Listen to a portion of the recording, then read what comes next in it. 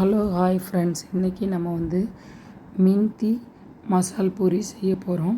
கோதுமை மாவு எடுத்துகிட்டு அதில் ஜீரகம், உப்பு, மிளகாத்தூள், மின்த்தி எல்லாமே போட்டு நல்லா பிசைஞ்சிடணும்.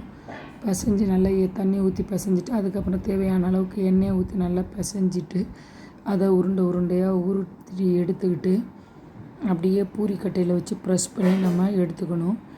எடுத்துகிட்டு அப்படியே எண்ணெயில் போட்டு பூரியை பொரித்து எடுத்துக்கலாம். பொரித்து எடுத்துக்கிட்டோம்னா இந்த பூரி பார்த்திங்கன்னா நல்லா செவந்து போய் வரும். ஏன்னா அதில் நம்ம மிளகாத்தூள்லாம் போட்டிருக்கிறதுனால ரொம்ப நல்ல டேஸ்ட்டாகவும் இருக்கும் சாப்பிடையில. இதுக்கு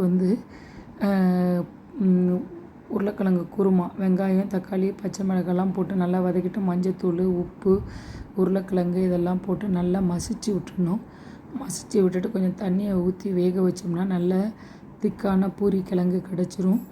இந்த மிந்தி மசாலா பூரிக்கு பார்த்திங்கன்னா இந்த பூரியை வச்சு இந்த மசாலாவையும் வச்சு சேர்த்து சாப்பிடும்போது ரொம்ப ரொம்ப நல்ல டேஸ்ட்டாக இருக்கும். பாருங்கள் பூரி என்ன கலரில் இருக்குன்னு.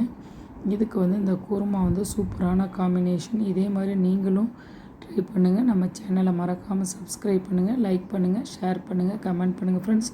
Thank you friends.